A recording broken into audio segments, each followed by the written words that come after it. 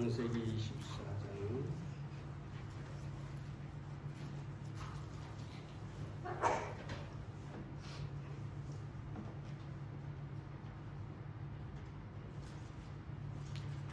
1절부터 4절 말씀만 받들어서 읽겠습니다.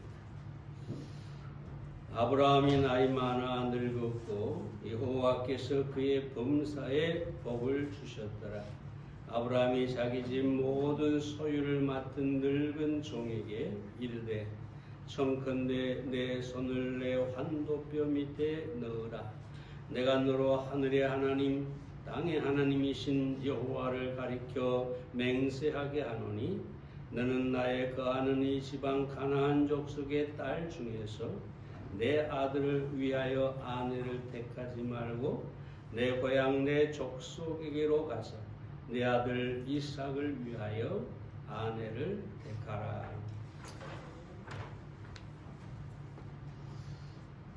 아브라함의 늙은 종이 이삭의 신부를 구하기 위해서 아브라함에게 맹세하고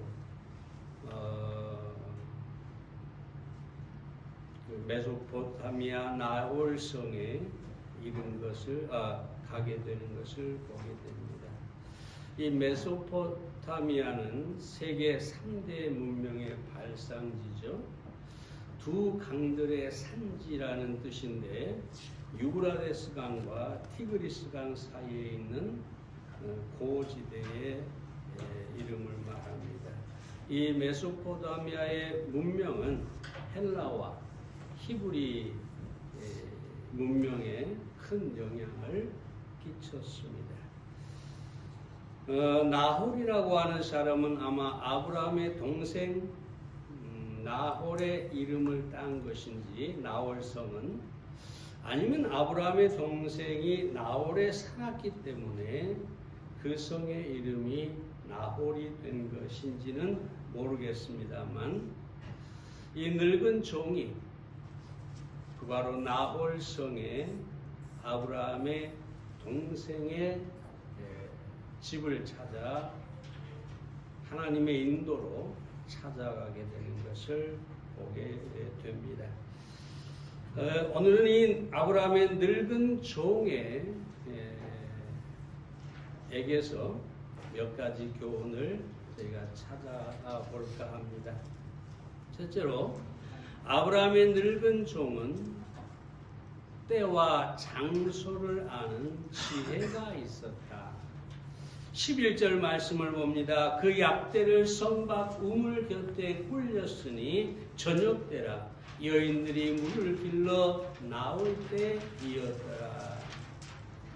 지금 아브라함의 늙은 종은 신부를 구하기 위해 이삭의 신부를 구하기 위해서 이 나홀 성에 왔는데 여기 보면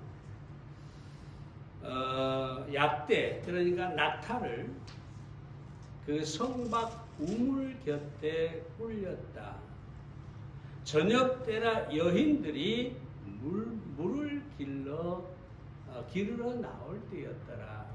여기서 두 가지를 생각할 수 있는데요. 이 늙은 종은 먼저 우물가로 갔습니다. 고대는 여인들이 우물가로 와서 물을 길러갔기 때문이죠. 그리고 그 시간대도 보면 여러분이 저녁 때 여인들이 물을 기르러 올 때라 이렇게 이야기를 하고 있습니다. 다시 말해서 이 늙은 종은 신부 그러니까 처녀를 만나기 위해서 이삭의 신부를 만나기 위해서 어디로 갔느냐? 우물가로. 그것도 물을 기르러 오는 때를 맞춰 갔다라고 하는 것을 보게 되는 것이죠. 사람이 무슨 일을 하든지 그 일을 이룰 수 있는 장소 그리고 때가 굉장히 중요한 것이죠. 예를 들어 자신이 영화 배우가 되고 싶다. 요즘은 어쩐지 모르겠습니다만 옛날에는 서울 충무로라고 하는 곳에 이 영화 감독이나 이런 사람들이 많이 모였었습니다. 그 다방 같은 데서 모여서 서로 교제하고 그랬죠. 그래서 그때는 만약에 내가 영화 배우가 되고 싶다 그러면 그쪽으로 가야지. 거기서 그들을 만나야지. 내 얼굴이 만약에 영화 배우에 알맞은 얼굴이다 하면은 가서 얼굴을 보여야 되는 것이죠. 때와 장소 중요한 것입니다. 뿐만 아니라 예를 들어 골동품을 사러 가는데 아무데나 갈 수는 없죠. 인사동으로 가야 되죠. 주부가 찬거리를 사러 가야 되는데 들로 갈 수는 없죠. 시장이나 마트로 가야 하는 것이죠. 그것도 시간대가 언제가 제일 좋으냐? 마지막 떨이 할 때가 좋습니다. 예전에 우리가 개척할 때 지금도 그럽니다만 개척할 때는 특별히 딱 그 시간을 맞춰가요. 제가 그때는 1,000원을 주거나 반찬값으로 이러던 때라 항상 떨이 하는 시간. 그 동네 골목시장에 가가지고 거기에서 상을 보는 거죠. 그러면 이제 그 상인들이 이제 떨이라고 하면서 다 그냥 줘버리죠. 제가 지금 무슨 얘기를 하고 있는지 아십니까? 중요한 것은 때와 장소. 그걸 아는 것이 지혜라는 거죠. 내가 무슨 일을 이루려고 한다면 그런 때와 장소를 잘 알고 행해야 된다. 이 늙은 종은 그것을 너무나 잘 아는 지혜로운 종이었다. 여러분, 우리 그리스도인들은 어떻게 해야 할까요? 그리스도인은 교회라는 장소와 예배라는 때를 소중하게 여겨야 합니다. 바로 그곳에 가야, 교회에 와야 하나님을 만나고, 물론 개인적으로도 경건의 시간을 통해 하나님을 만나고 교제합니다만, 교회 와야 교회에서 하나님, 두세 사람이 모인 곳에 내가 거기 있느니라 하시잖아요. 그러니까 개인적으로 만나는 하나님과 교회 가서 만나는 하나님은 다를 수가 있다는 것이죠.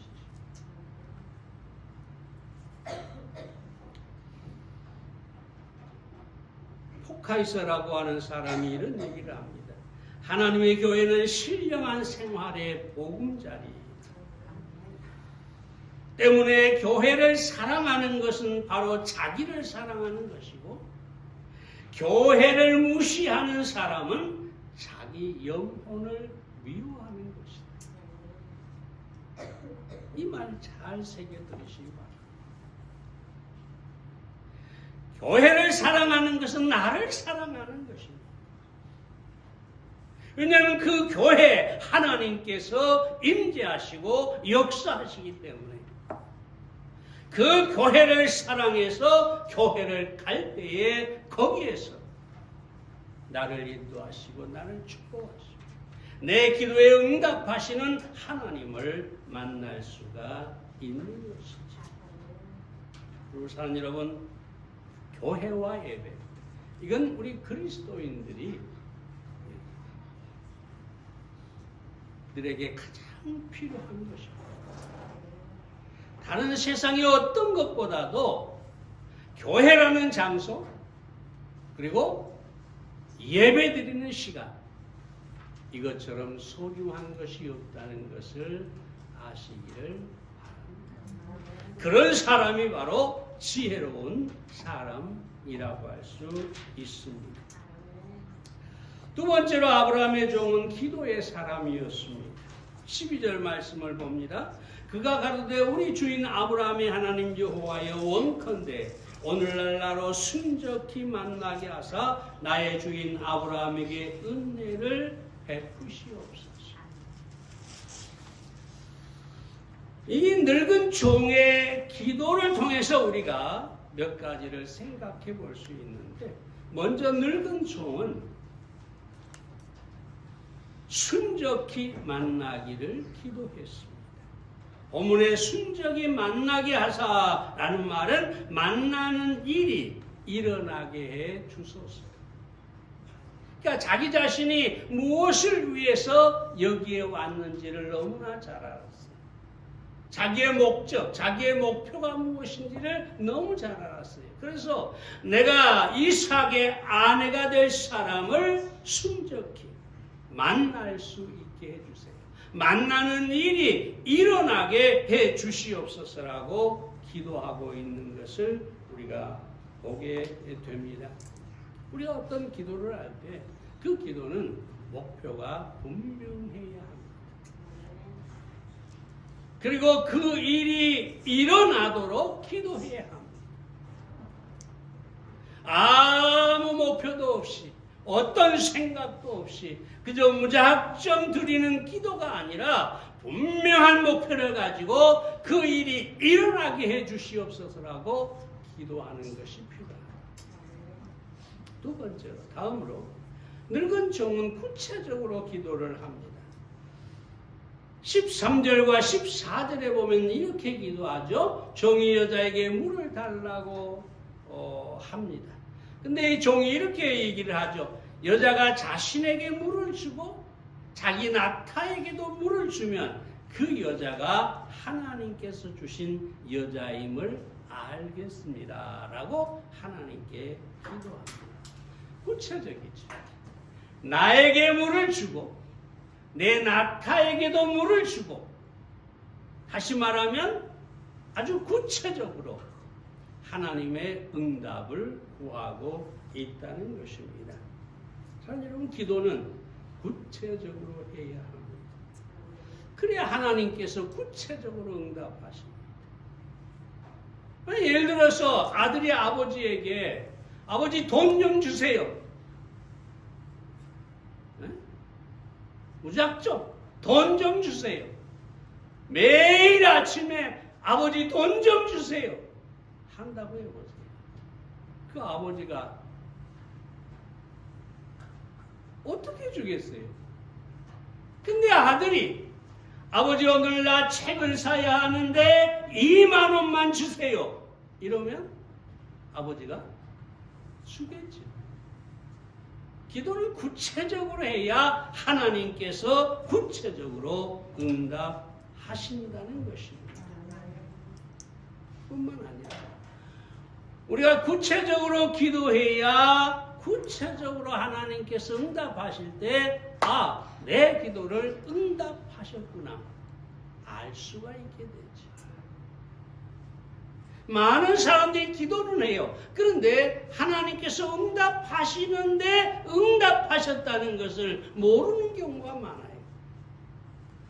대부분 기도가 구체적이지 않기 때문입니다. 더 나아가서 늙은 종은 최상의 응답을 구했어요.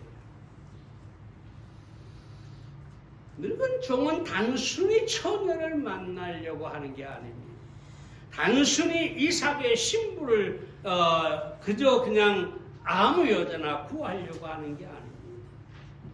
물을 달라고 했을 때 자신과 약대에게도 물을 주는 여자를 구했는데, 그것은 자기가 구하는 이 이삭의 신부가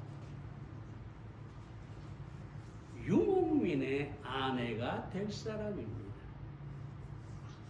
다시 말하면 아브라함과 이삭의 며느리와 아내로서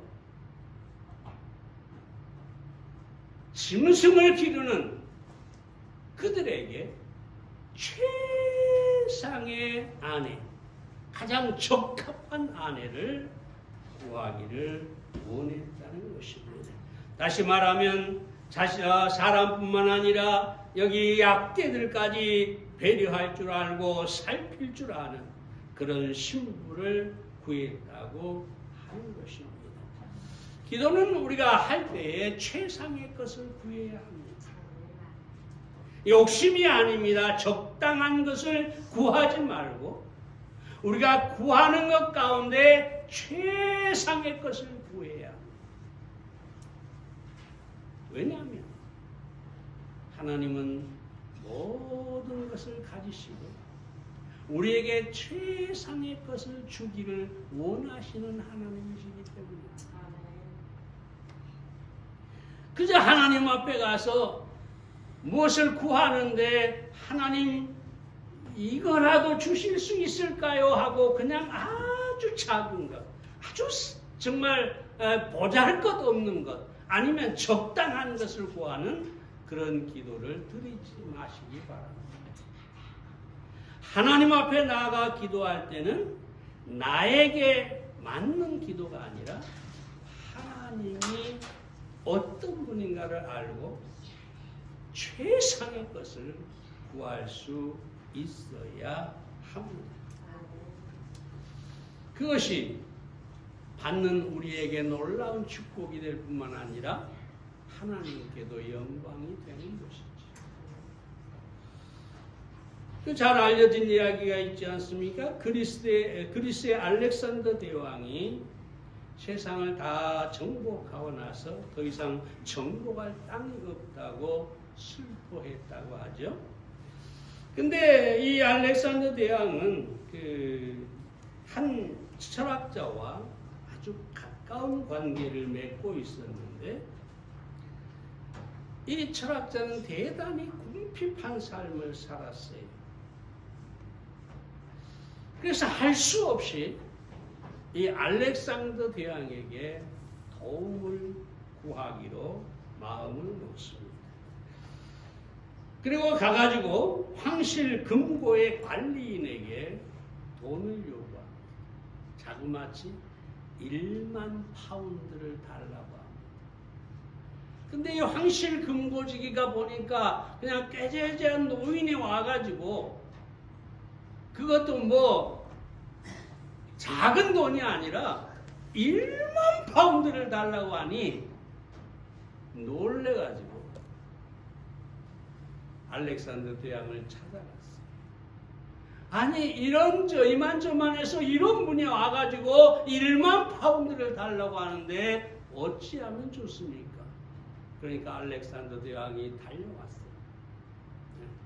와가지고 그 철학자를 보고 이렇게 얘기를 하죠. 뭐라고 하냐? 즉시 돈을 지불하라. 나는 그 철학자의 깊은 뜻을 높이 평가하노라.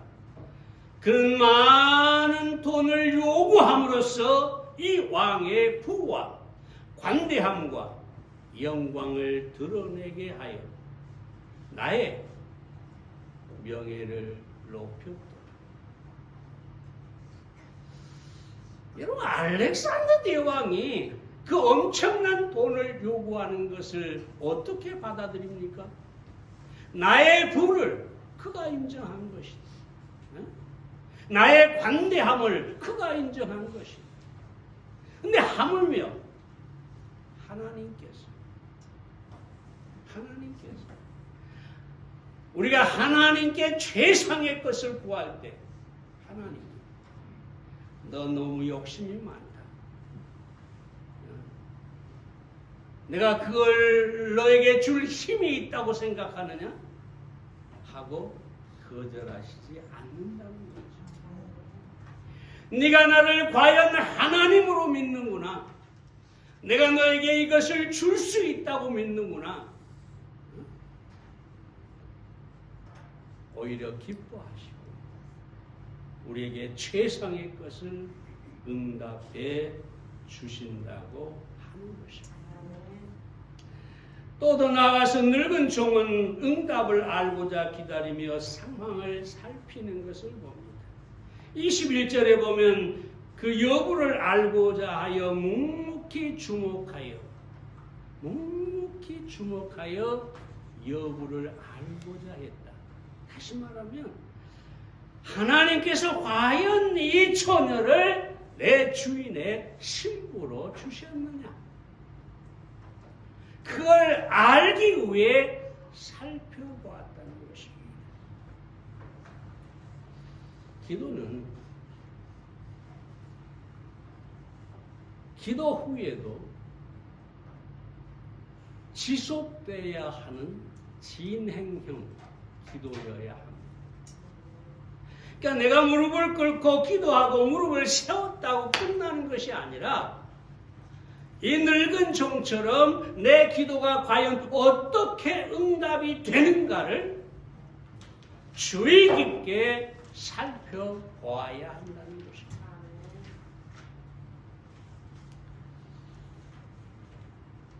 제가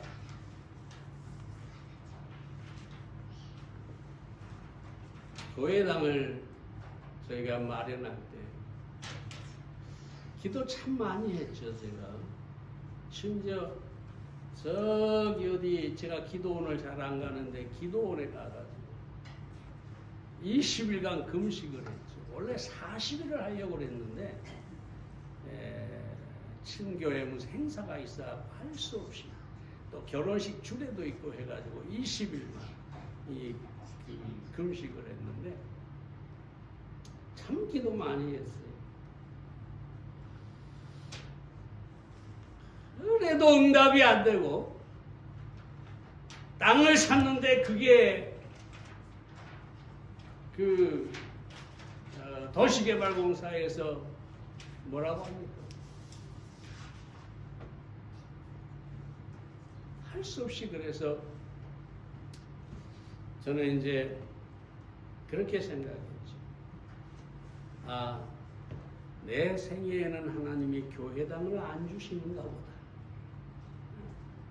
나는 끝났다. 이제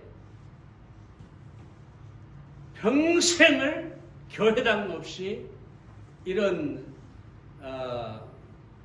새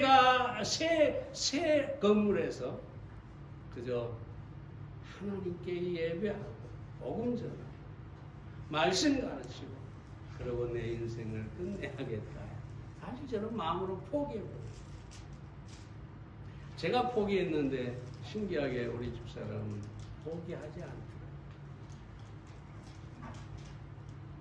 그래가지고 기독교 신문을 갑자기 구독을 하게 돼요. 에이, 뭐 그런 걸 봐 그랬더니 아니 여기에 교회당 정보가 나옵니다. 그러니까 나는 포기했는데 사모님은 주의 깊게 살피고 있었던 것입니다. 딱 거기 보니까 이 교회당이 나온 거예요. 나보고 가보자고 그러더라고요. 그 금호동에 가면 교회당 그거 다 그냥 건물 사이에 있는 이상한 교회, 그런 교회당을 뭐로 사냐고. 안 간다고. 근데 제가 고집을 또 피우면은 이게 싸움이 될 것 같더라고요. 그래서 그래, 한번 가보자. 그래서 딱 왔는데 이 코너에가 딱 교회당이 지어져 있어요. 이 주변에 가면은 한 필지에 교회당이 지어놨거나 아니면 건물과 건물 사이에 끼어 있거나 대부분이 그래요, 이 건물들. 근데 여기만 딱 코너에 두 필지에 교회당이 그럴듯하게 있더라고요. 그래서 수요일 저녁에 집사님들 오라고 해서 한번 구경시키고 바로 계약을 했어요. 계약을 하면서 제가 하러 오면서 뭐라고 했냐면 우리 집사람한테 여보, 나는 평생을 교회당 하나 지으려고 그렇게 애를 써도 못 지었는데 그분은 이 교회당을 팔고 가니 얼마나 마음이 아프겠어. 이런 것 깎지 말고 주라는 대로 다 주시오. 진짜였어요. 제가 바보였죠. 나중에 알고 보니까 그래도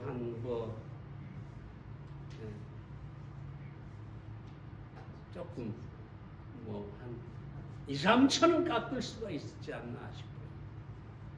근데 그렇게 안 하면 여러분 못 샀어요. 왜냐하면 이 교회 회당을 살려고 다른 사람이 있었거든요. 거기는 계속 깎고 있었거든요. 근데 우리는 한 푼도 안 가고 그대로 계약을 한다고 하니까 목사님이 얼씨구나 좋다고 그냥 바로. 제가 지금 얘기하는 것은 기도에 대해서 얘기하는 것입니다. 여러분, 기도는 하고 나서 그냥 멈춰버리는 게 아니에요. 내가 기도했으면 그 기도의 응답은 하나님께서 계속 진행하고 계신다는 거예요. 그래서 주의 깊게 살피면서 하나님께서 어떻게 응답하시는가를 찾아야 하는 것입니다.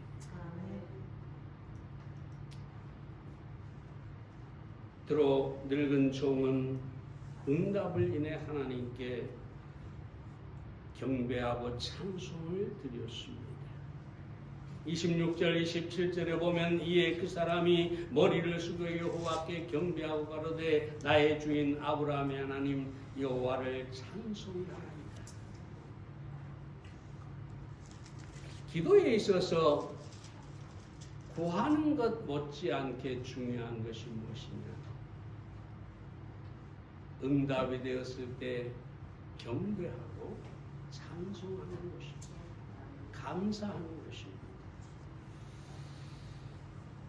존 칼빈이 이렇게 얘기합니다. 외식하는 신자들도 위급할 때는 하나님께 기도할 줄을 안다. 그렇죠? 누구나 위급하면 그저 하나님을 찾고 기도합니다. 그러나 그 위험에서 건짐받은 때에는 감사할 줄 모릅니다. 그러니까 진정한 신앙을 갖고 있지 않는 사람들, 외식하는 사람들은 기도는 하는데 응답이 왔을 때 감사하지 않습니다.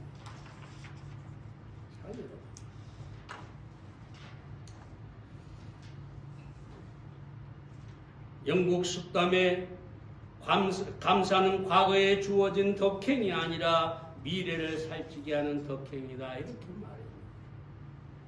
우리가 감사할 때 또 다른 기도가 응답이 되고 우리의 미래가 풍성해지게 되는 것입니다. 우리는 그러므로 우리의 기도가 응답받았을 때 하나님을 찬양하고 감사해야만 되겠습니다. 마지막으로 간단히 하나 더 말씀드립니다. 아브라함의 종은 사명이 다른 무엇보다 우선이었습니다. 33절에 보면 그 앞에 식물을 베푸니 그 사람이 가로되 내가 내 일을 진술하기 전에는 먹지 아니하겠나. 그럼 먼 여행을 온 사람이, 그것도 광야를 여행해 온 사람이 앞에 음식이 차려졌는데 얼마나 먹음직스럽겠어요. 근데 이 늙은 종은 그 음식에 손을 대지 않습니다.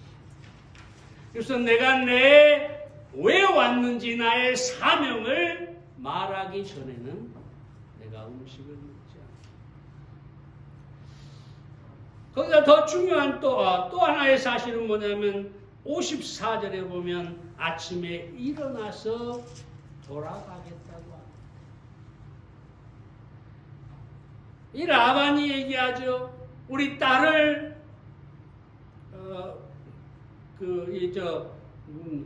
리브가를 보내기 전에 우리가 며칠 동안만 함께 하겠다. 여러분, 이제 그때 당시에 시집을 가버리면 다시 만날 수 없을지 몰라요. 지금처럼 교통이 좋은 것이 아니기 때문에 저 먼 가나안 땅으로 가는데 다시 평생 볼 수 없는 처지입니다. 그래서 며칠만 더 있다 가게 해달라고 합니다. 그러니까 이 늙은 종이 아닙니다. 내일 아침에 일어나자마자 가겠습니다. 여러분, 이 종에게 가장 중요한 것이 뭐냐를 알 수 있죠? 그것은 바로 자기가 가진 사명을 이루는 것입니다. 아마 거기에서 며칠 동안 있으면 대접을 잘 받았겠죠. 그러나 그런 것보다 더 중요한 것이 자기의 사명을 이뤘으니 이제 빨리 주인에게 돌아가 신부를 이삭에게 넘기는 것이었습니다. 오늘날 여러분, 사명이 실종된 시대입니다. 그저 잘 먹고 그저 잘 살고 심지어 그리스도인들조차도 그저 이 세상에서 잘 되고 이 세상에서 복을 받고 하나님의 사명을 얘기하면 귀를 닫습니다. 자, 여러분, 사도 바울이 뭐라고 합니까? 사도행전 20장 여기 24절인가요? 거기에 보면 오직 성령이 각 성에서 내게 증거하여 결박과 환난이 나를 기다린다 하시나 나의 달려갈 길과 주 예수께 받은 사명 곧 하나님의 은혜의 복음을 증거하는 일을 마치려 하면 나의 생명을 조금 더 귀한 것으로 여기지 아니합니다. 사명은 자기의 생명보다 앞선 사람이 바로 바울이었습니다. 괴테가 이렇게 얘기하죠. 우리 인생을 복되게 하는 것은 자신이 좋아하는 일을 하며 사는 데 있는 것이 아니라 자신이 하지 않으면 안 되는 일을 하는 데. 내가 하지 않으면 안 되는 일이 뭡니까? 사명입니다. 하나님께서 내게 맡기신 사명. 그것을 이루는 것이 우리의 삶이 되어야 한다는 것입니다.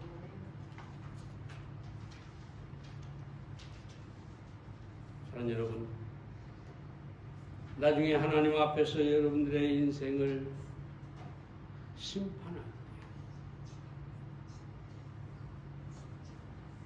그때 무엇으로 평가할까요? 네가 세상에서 사업적으로 성공해서 부자가 되었느냐, 재벌이 되었느냐? 네가 세상에서 정말 이 권세를 추구하고 높은 관직 아니면 대통령이 됐느냐? 잘했다. 결코 그러지 않으실 거예요. 우리가 이 세상에서 하는 일이 다른 사람 보기에 조금은 비천해 보일지라도 그것이 하나님께서 내게 맡기신 일이고 내가 그 사명을 감당을 했다면 그때 하나님께서 우리 인생을 칭찬하시고 기뻐하실 것입니다. 우리에게 상급을 주실 것입니다.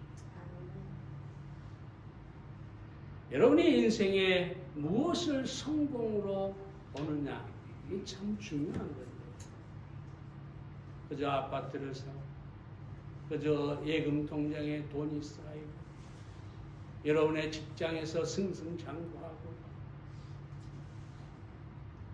여러분 결코 그런 것들로 여러분의 성공을 측정하지 마시기를 바랍니다.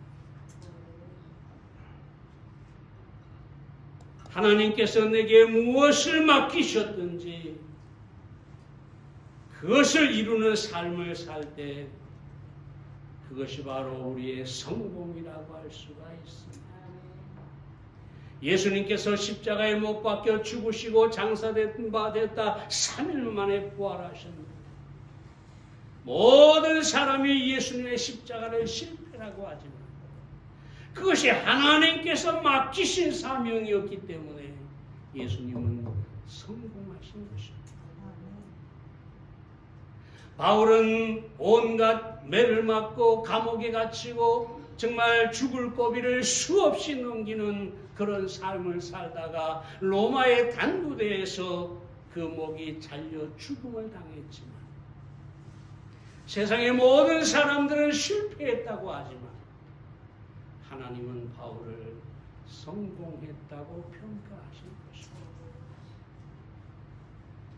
우리에게는 물론 예수님이나 바울처럼 대단한 사명을 주시지 않았을지도 모릅니다. 그러나 여러분에게 하나님께서 원하시는 것이 무엇인지 그것을 이루는 삶을 사시기를